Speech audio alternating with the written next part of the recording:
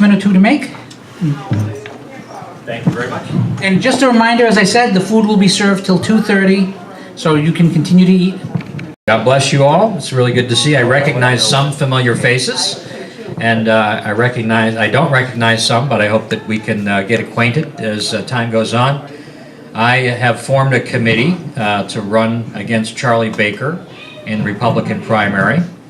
I ran in 2014 as an independent, and I think I proved to the conservatives that I am a genuine conservative. I do not compromise on the basic issues. I'm a full spectrum conservative, and I am not going to, I don't compromise.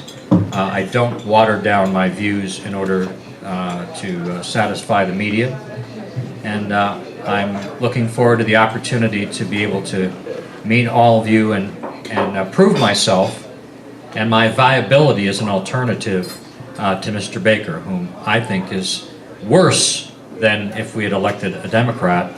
The problem with liberal Republicans is you can't get rid of them when they're in there because they end up with 71% approval, which I think is actually not true. But it's certainly higher than it ought to be. Why? Because he's unifying the left in both parties. And frankly, I call it the uniparty. You've got the elites on of the Republican Party, the red team, and you've got everybody on the Democrat Party, it's the blue team, and they merge together and they become the purple team. It's the uniparty, and they just share the same values. They're secular humanists. They may actually be a member of a church or a synagogue or something, but they're secular humanists. Their worldview is rooted in Marxism. Their value system is social justice, and the political correctness is their way of life, and that has to be stopped. I was born and raised in Shelburne Falls. And my family, I was raised Roman Catholic. I was an altar boy at St. Joseph's there in Buckland. I went to Mohawk Trail Regional High School. Everybody else go to Mohawk?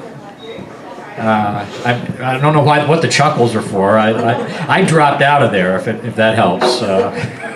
I discovered alcohol when I was 12. I started smoking pot when I was 14. I dropped out of school in 10th grade. And I was on the far left on all the issues. I had long hair and a button that said "Smash the State." I was a far lefty. I finished my high school and got my high school credits in a hippie alternative school called the King Philip Project, named after King Philip, who jumped off the cliff rather than surrender to the white people. And so that was my background, and I got spent 16 years in bondage to that, and then surrendered my life to Christ. 1986, healed and delivered, never had another desire to take drugs or drink ever again. I became a pastor. I became an attorney. I'm a constitutional law attorney. I've written 5 books. I've been on more than 800 radio and television shows all over the world. I've been to 58 countries. And the reason I'm here is I was on Christopher's radio show, the Meat and Potatoes radio show the other night, talking about President Trump, who I support vigorously, and I did with a number of articles. And I spent the last 2 years, up until about 6 months ago, I was in, I did a world tour of the populist movement.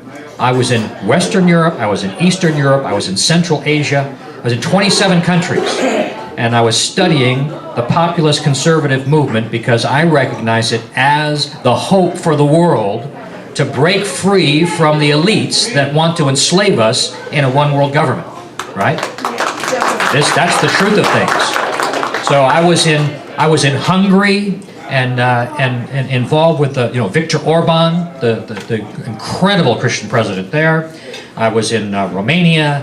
I was in Kyrgyzstan. I helped the Kyrgyzstanis changed their constitution to define marriages between a man and a woman. I was in Brexit I was in London for the Brexit vote, and then I flew back here at the end of all these things the day before the election so I could vote for President Trump. So if you have the opportunity, if you'd be interested in being on my information list, sharing contacts, please write at least your email down and give it to me. I'm going to have to leave in a little while. I got an afternoon full of work to do at my office, but I'll be hanging around for about 20 minutes or so. And if you would, please give me your email at least, and then so we can connect. I have to build a network here if I have any chance of being able to take on Baker. Scott Lively, Dr. Scott Lively. I'm the and my website votelively.com, Lively, and my email address is votelively@gmail.com. Thank you for your indulgence.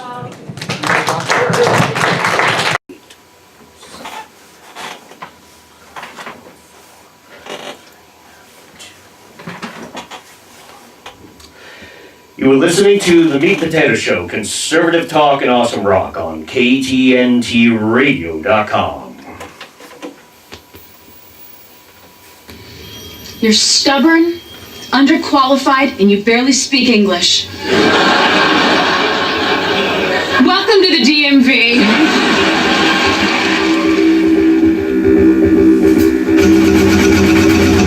Well, good evening, America, and welcome once again to The Meat Potato Show, conservative talk and awesome rock, KTNTradio.com, blasting out 1,000 watts of power here at our Ambush Studios in Central Massachusetts. The candidate interviews rolling on here in 2018. Our good guest, Scott Lively, running for governor here in the state of Massachusetts, ran in 2014, is doing it one more time here. Sit right seat here. This is what we do here.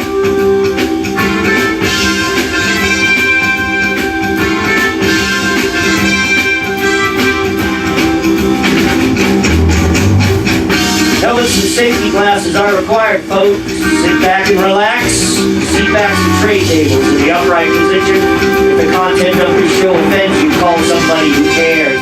We are a no apologies radio show. There's cookies and milk in the next room if it bothers you that much. This is not your safe space, folks. This is the Meat Potato Show. Politically incorrect and definitely not halal approved. Let's get things rolling here.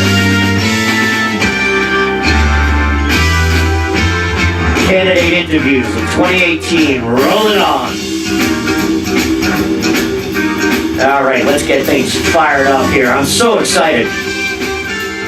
You know, again, I keep telling you guys how many times I do these candidate interviews. It has been an anchor of this show for a very, very, very long time. And I'm very excited to have a gubernatorial candidate, not only on the show, which we've had before, but sitting actually right seat and with ditto camming it for the YouTube channel. Ladies and gentlemen, Scott Lively. How are you, Scott? Good to have you here on the show. Doing great. Thank you, Christopher, for having me on. Very good, very good. You obviously ran in 2014 before. It was you, it was Fisher, it was Baker. Who was the libertarian guy? I keep forgetting his name. Falchuk. Falchuk, he was on the show, but there was the libertarian guy. I forget his name. Libertarian. You and I both. Jeff McCormick. There we go. Very good. And Coakley, of course. You got. And Martha Coakley.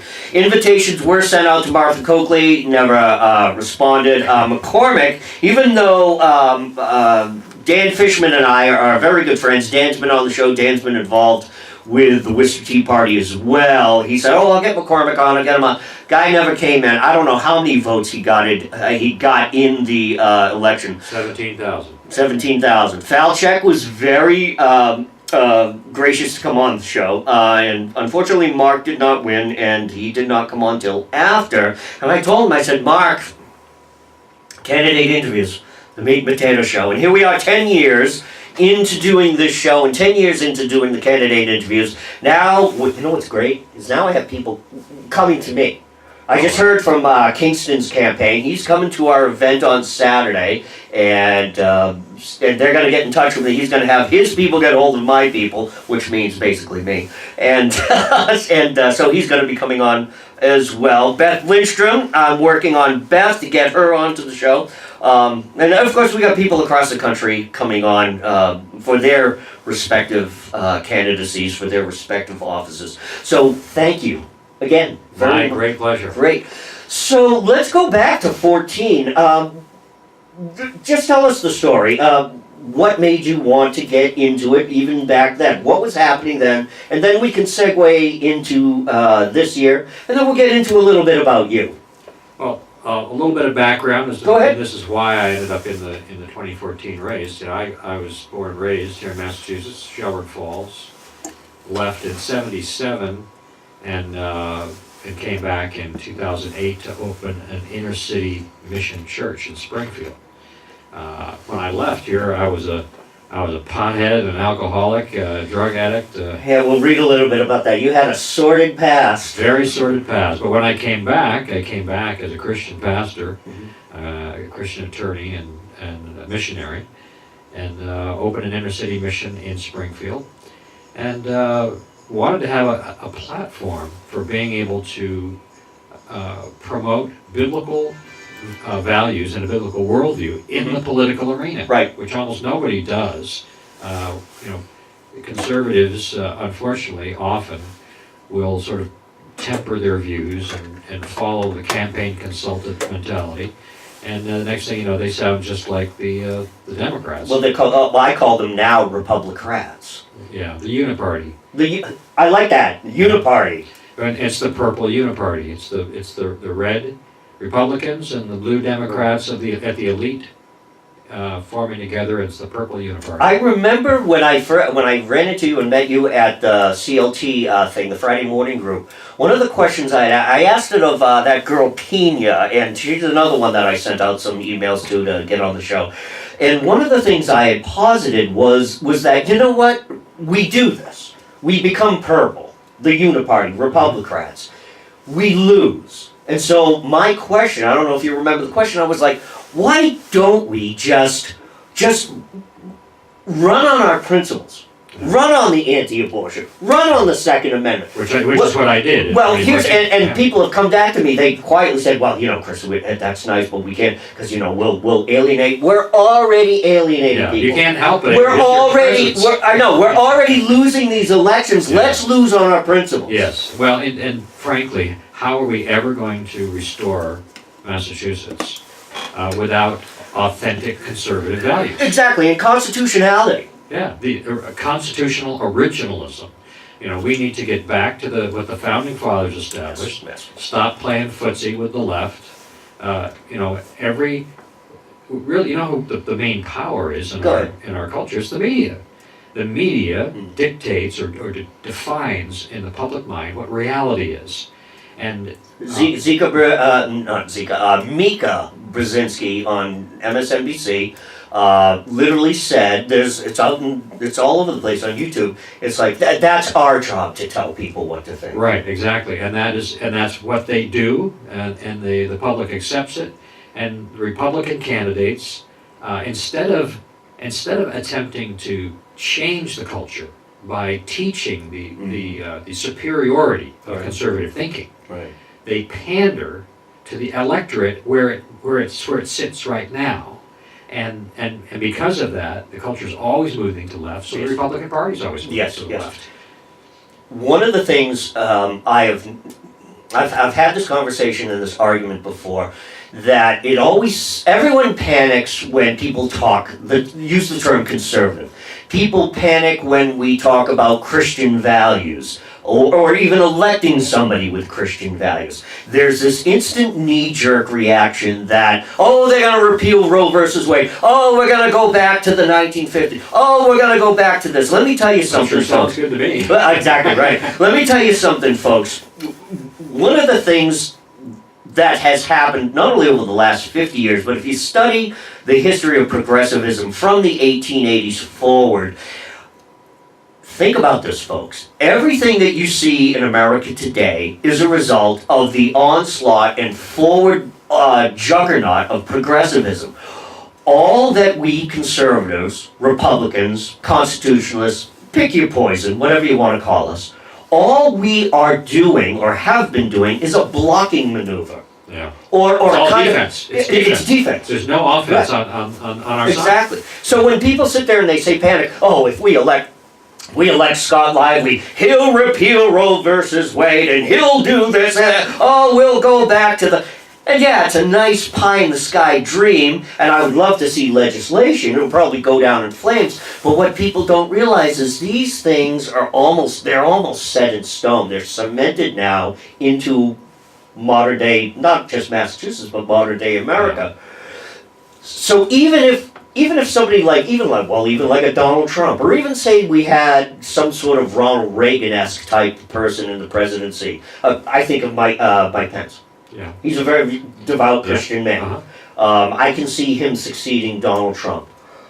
Even somebody like that even he's only going to be able to do is just kind of slightly turn the pendulum a little, because it is so ingrained now in our society, this leftism.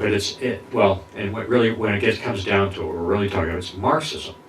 The progressivism is We've Marxism. gone that far now. Secular humanism is Marxism. Well, it's always been that. Yes. Marxism is the alternative worldview and perspective, source of origins that the left has followed all along.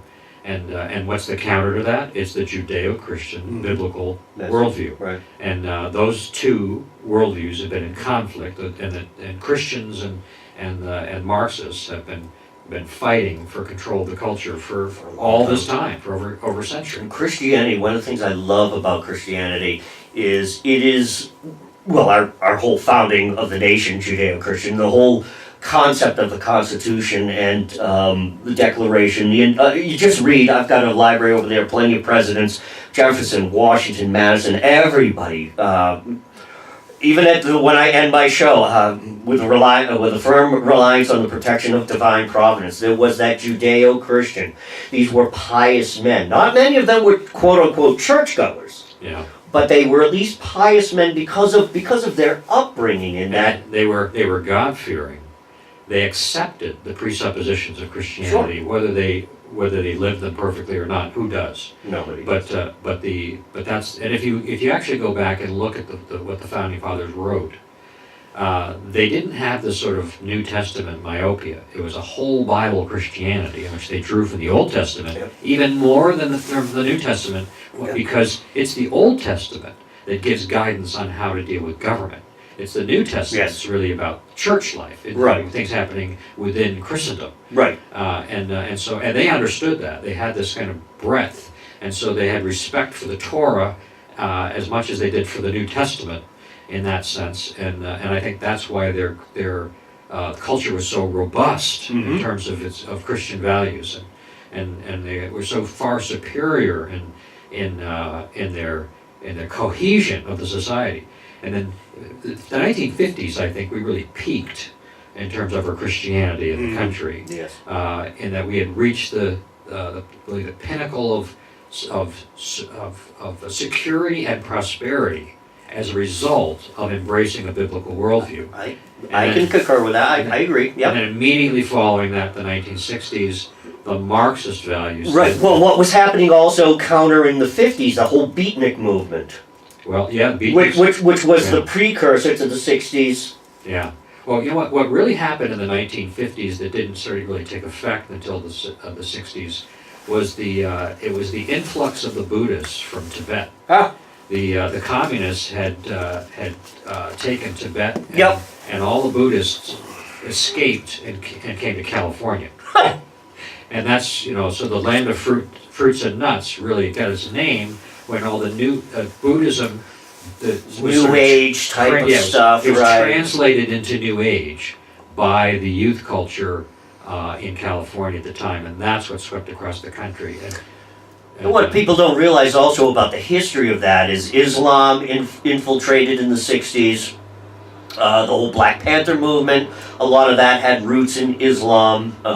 Prison population also rooted in Islam. That also got its foothold too. Well, when the protections came down, when the shield came down, protecting the country, then all of the different competing philosophies of the world flooded in. Same thing happened in Germany. Germany was a stalwart Christian country, mostly Lutheran and Catholic, and then that's where the higher criticism movement really, textual criticism, denying the authority of the Bible, claiming that all the miracles are really just fancy mythology, and robbing the Scripture of its authority, and in the wake of that, in the vacuum created by a fall of faith. In came occultism, and a massive wave of occultism, theosophy, and then out of that came Theosophy, that's a word I'm not forgetting. Quickly. Madame Blavatsky, the Theosophical Society. Okay. She was really, it was, in fact, the Aryan supremacist myth comes out of her book, The Secret Doctrine. Sure. And it was her two primary followers in Germany, Georg Lanz von Liebenfels and Guido von List, that actually created the organization that was later taken over by Hitler, became the party. Right. And von Liebenfeld's magazine called Ostara, which is a New Age occultic magazine, was Hitler's favorite magazine. And this was all it was occultism. Now. Right. Because when you take down the defenses, in comes the adversary. Well, there you go. It's a filling of the void. Yeah. And that's in this country. And that's what's happening now. Yeah. When secular humanism, really what secular humanism is just simply it's the religious form of Marxism. Right. And that's what the elites all share. The elites of the Democrat and the Republican Party, they may be they may belong to churches or religions, but they're really secular humanists, and that's what binds them together. That's why they're unified. That's why they're the uniparty. But I lost my train of thought here. Secularism. What is it? Theosophical Society. When secular humanism began challenging Christianity in the last part of the 1900s and the early part of the 20th century, the church started reacting by retreating, and the ghettoization of Christianity really began. That was the beginning of Christian schools, and it was the Marxists, the secular humanists. They took over the institutions of the culture themselves, like John Dewey and the Humanist Association. Sure. Right. The American public education up until the early 1920s or so was Christian. The Bible was the textbook. Certainly, right. Right, and then much of it was privatized too. Yeah, and as the Marxists pushed and challenged, Christians retreated and abdicated their stewardship responsibility, and into the vacuum came these armies of leftists. Sure. And step by step, they did what Gramsci called the long march through the institutions. Sure, right. Herbert Marcuse, probably the single most destructive force in our history. His name is almost unknown in American conservative circles, but he was the founder of the Frankfurt School of Cultural Marxism. Right. There's 4 forms of Marxism. We're familiar with communism, of course, sure. Socialism. The Marx-Leninist thing. Right. The third form, we often don't recognize as Marxism, is German fascism. There we go. National Socialism. Yep. And then the fourth form, which departed, the first 3 were all focused on economics. The fourth one, because the goal of Marxism has always been about destroying Judeo-Christian civilization so they can rebuild a socialist utopia on the ashes. And so the focus was using economics to take down Judeo-Christian civilization. But along comes Marcuse and the Frankfurt School and says, no, let's focus on the social issues, right? Let's go after the integrity of the natural family, the institution of the family, and we will take down the society much faster that way.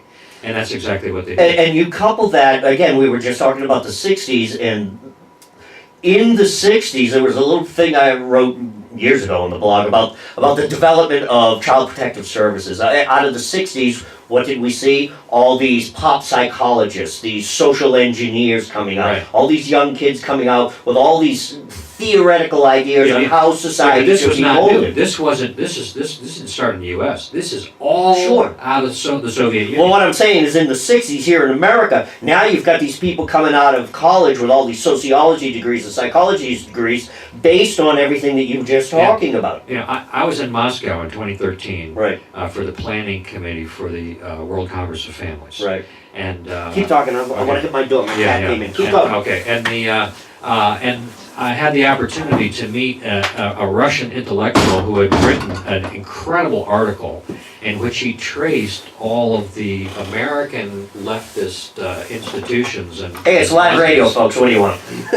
back to 1920s Soviet Russia, and he quotes from the documents, and it's that you know all the ideas of the attacks on the family and the abortion, all these things they all came out of the Soviet Union, and then they were exported here to the U.S. Yes. as a way of taking down the U.S. Is to promote these ideas, and we would collapse from within, and of course that worked. Yeah. You know, and so what do we We have kids eating Tide Pods, you know. Yeah. We have detergent, but that's how bad and how far it's gone. We talk about a dumbed down education system. It's not just the dumbing down, it's the complete void. It's atrocious. It's the complete void of a semblance of humanity, a semblance of Judeo-Christian values, family, complete void a of... loss of critical thinking skills, Critical even of the most fundamental sort. Look at now, we have Common Core, just regurgitate. And this is all intentional. I know. This is not something that's just sort of spontaneous change that from well-intentioned people. No, this is a strategy, and we've been suffering it for a very long time. How does any of this change? This can only change if there's essentially a sacrificial stepping up of people who hold the values Sure. that made us great in the past, and who are willing to enter the political process and all the other spheres of influence in our society, and just simply take a stand and work to take back the ground that we have given up to the Marxists Point over all it these right decades. out. Point it right out and tell people, look at this. This That's is right. what it is. Speak the truth plainly and clearly without apology, Right. knowing that you're going to be bashed, that you're going to be sued, Sure.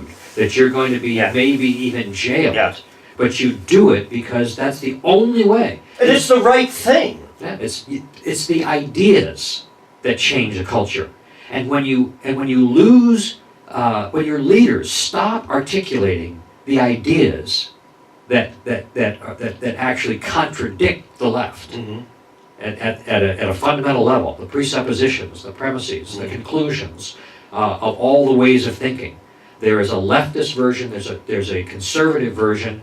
And when the conservatives, when the Republicans, who really have been our standard bearers for the right for so long, and have failed so miserably over especially the last few decades, when they stop articulating authentic conservative perspectives and teaching the young people how to think like a real person, how to think clearly, when instead of that they pander to the voters to attempt to craft a message that will appeal to the people where they are, instead of leading the people to where they ought to be, right? Away from the fallacies of the left, back to the truth of the Judeo-Christian worldview, authentic conservatism. And really, all of it rests on the foundation of the Bible. There's a lot of libertarians and others. You know, they sort of blanch at that and they balk at that. Sure. But you know, what is it that we're trying to conserve in the society? What we're trying to conserve is the civilization that was handed down to us Sure. by the founding fathers. Certainly. And why we want that civilization? Because it was secure and prosperous and healthy Sure. and wholesome. we had intact families. We had vibrant economies. We had thriving family farms and Businesses. free enterprise. Look at all the inventions when the industrial age came along. That's right, and all of those things are lost in the socialist utopia that we're now suffering. And it's not only just from our founders, because our founders took a lot because of their education at the time, which, folks, was, if you read anything about a high school exam or even a college entrance exam from the 1700s, Yeah, the graduate students couldn't pass those exams. They couldn't pass them. The point I'm making is they took even from their past. They didn't necessarily base everything on Roman law, but they took what was good from the Roman Republic. They didn't base everything on Greek history. They took what was good from Greek history. They took common law, that knowledge, John Locke. They took all of that. Again, not all of it. They just took what they needed to build, because as Scott just said, all of the building of Western civilization, everything that has ever come, even before the founding of the United States. It's everything that had come before. The reason why they were able to sail across the ocean, the reason why the Puritans and the Pilgrims came, is because of everything that happened in Western Europe, because of Christianity there, the building of ships, even the problems with the Spanish Inquisition. That was all part of something that was God's intention. God has intended us He's to go. sovereign. He's sovereign and has allowed things to happen according to his plan. To go through that catharsis, so that we could come out of it a better society and then expand. Well, and you know, Newtonian physics, Copernicus, all of the stuff, Aristotle, all of them, Yeah. which allowed us to sail the seas, map the stars, track it, and then eventually come across the ocean yeah. and start this thing. And there are, you know, when I did a 50-city tour of the former Soviet Union, speaking tour, speaking universities, churches, government meetings, all kinds of That in things. 13, right? This was in 2006 and 2007, Okay. and But you said you were there in 13 also. right? yeah. Well, I've been to You've three been there times. to Okay, I'm Russia. sorry. Go ahead. And the what I saw in the former Soviet Union was a culture that had not been corrupted by the sexual revolution. The Soviets actually, it's the one good thing that they did. The Soviet Union kept out the sexual revolution because they didn't want to see happen to them what they were doing to us over here. They saw it. They did have abortion. They did have that, but the rest of it, they didn't let the Yeah, the free love and all that other stuff, porn and and Right. because of that, when I was at those universities, the interaction of the young people, you know, 18, 19, 20-year-old young people, was so natural and wholesome. It wasn't sort of like this strange sexual tension and competition like American young people are all involved in now because of radical feminism and all this. And it was really sort of very, very surprising to me. And so I translate I've been to 58 countries, and I have been a political analyst in this process. You can't help it being studying in 58 countries. So Yeah. you do. You pick some things up. I'm sorry. Well, I mean, I did like in the last 2 years, I've been to 27 countries. I intentionally did a personal tour to study the populist movement across the world that was rising up. And Frank, when the Tea Party movement came up, this was the beginning of a major change that was happening in the culture as a result of the imbalance in the society caused by the push of Marxism. We reached a place where we began to shift from liberal and conservative to communist and nationalist. And the first indications of that was the Tea Party movement with its corollary, the Occupy, right? And it's the same, it's basically Yeah, the Occupy movement. Sure. the grassroots, The diametric. right, on the left and the right, that had more in common than they had in Sure, right. difference, right? Because both were in reaction to the elites, the corrupt, the predatory corporatists, the one percenters that are just simply are exploiting this. In fact, I think fostering conflict at the grassroots level, so we can't be organized. But but what was really happening was that there was an increasing polarization. Mm-hmm. So that, Yes. it used to be the conservatives and liberals could have a conversation. You could have a debate, and tensions might get, voices might get raised. Families are broken up now, folks, because of this. But there was respect. Sure. And at the end of the day, you could shake hands and all that. Well, about the time that the Tea Party Occupy came out, it was because of the polarization was getting worse, because the left was pushing so far Sure. to the extreme, and so Right. the counter to that had to get more extreme. And then from that then came this global populist counter-revolution against the leftist elites. Yes. And that's what I was observing. I was all through Eastern Europe. I was in London for Brexit, for the Brexit Sure. vote, and did a debriefing in central London the day after. Let me stop you there.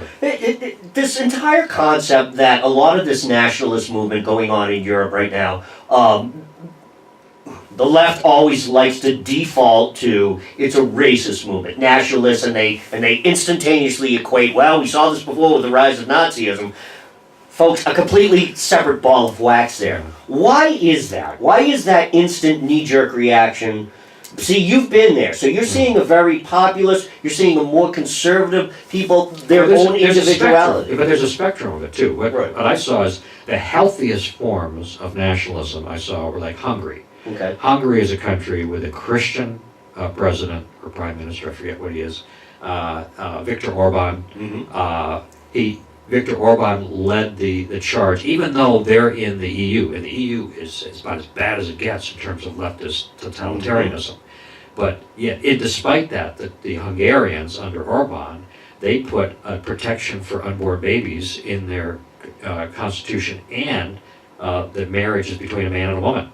Excellent. Right, and they also closed their borders. They stopped taking. What a concept, folks. Right, and their brand of nationalism is healthy, wholesome. It's not hateful. It's not racist at all. In fact, they've been booting out Soros. His institutions, not the man himself, out of their country, and that's actually where Soros. And that's where he hails from, right? But Exactly. right next door, right? We were, my wife and I were there. We were in Budapest, and we were all through the country. And then shortly after that, we were in Austria. Austria is a completely different story. Austria still has the vestiges of Nazism, Wow. and the nationalism of the Austrians is not healthy. It's sort of like hard right, kind of nasty. Now, it doesn't mean that all of them are. It doesn't mean that there aren't Sure. Christians and good nationalists in there. But there is a spectrum, and you just have. That's why people like Michael Savage make the clear distinction. We're talking about economic nationalism, Yes. as opposed to this white supremacist version that the Nazis had. But remember, the Nazis were not on the right. They were the course not. left. They were Common mistake leftists. to this day. The National whole Antifa socialists. people, They were right? Marxists. Sure, right. Real nationalists They do are that. anti-Marxists, right? Marxism is centralized government, centralized power, right? And nationalism is individuality. It's Yes. it's self-sufficiency. It's rejection of overarching authority. It's trying to get out of the European Union. Yes. And not expand it and increase its powers. It's small government, local control. Mhm. That's what nationalism Yes. is about, in its essence. But there are corrupt versions. Now, these things, you saw these things happening. What kind of pushback from either the EU or opposition groups did you come across? Well, there's a lot of threats, and frankly, Okay, back up. Threats. This is Yeah. what I'm saying. See, folks, this is what I'm talking about. Earlier about how we on the right, all we do is a blocking maneuver, defensive. What you'll never see from a conservative here in the United States is any type of hate or any type of, no, you're not allowed to say that, no, we're not going to let you in, we're gonna ban you from doing this, that, the other thing. And this is the question I'm posing to Scott, is that you will see that on the left. You see it here in the United States today. And this is the question, and he just said, you see the threats. So continue. leftist